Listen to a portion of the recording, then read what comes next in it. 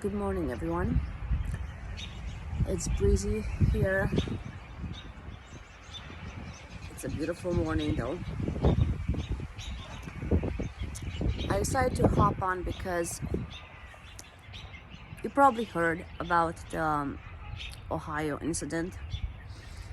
Basically, there was a train derailment, and the train was carrying toxic materials, and they decided to do a controlled burn, I guess, on explosion to burn all those chemicals.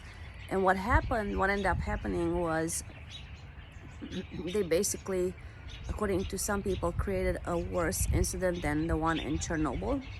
Although it's not nuclear, it's just chemicals, but everything has been polluted. The waters, the ground, the air.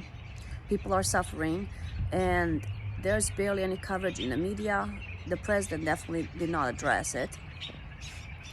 And then one of the reporters got arrested trying to report about it.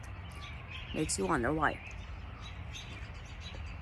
Anyways, how is this pertaining to a homesteading channel? Excuse my voice, I had a cold, so I'm still a little rusty. Well, I just found out myself, the Ohio River flows through the area, or maybe some of the rivers that spill into the Ohio River go through that area, and then the Ohio River flows into the Mississippi River. So basically,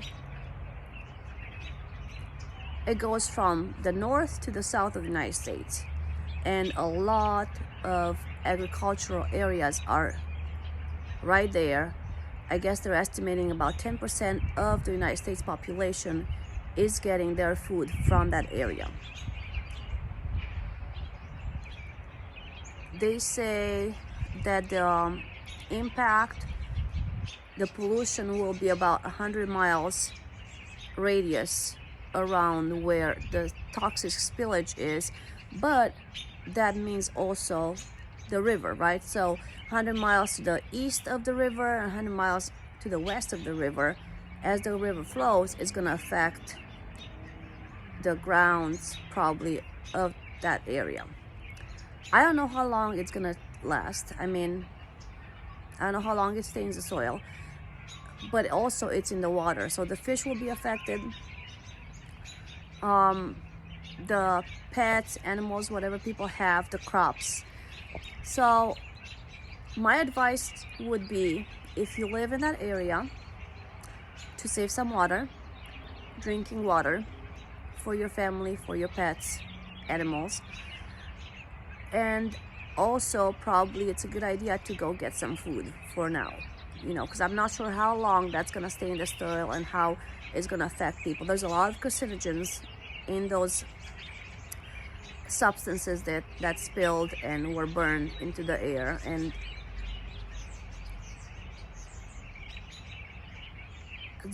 obviously the air is only going to be affected around East Palestine, but the ones that got into the water it's gonna affect everything downstream and the land around it. So expect higher prices for food yet again, and expect probably scarcity. So be prepared, even if you're not in the area. Start growing more food and be prepared to help others and yourselves, because we're looking at a hard year, maybe a hard few years. Everything that's been happening, whether you think it's coincidental or man-made, if it's a conspiracy theory or not, that's up to you to decide. I'm not going to tell you what I believe,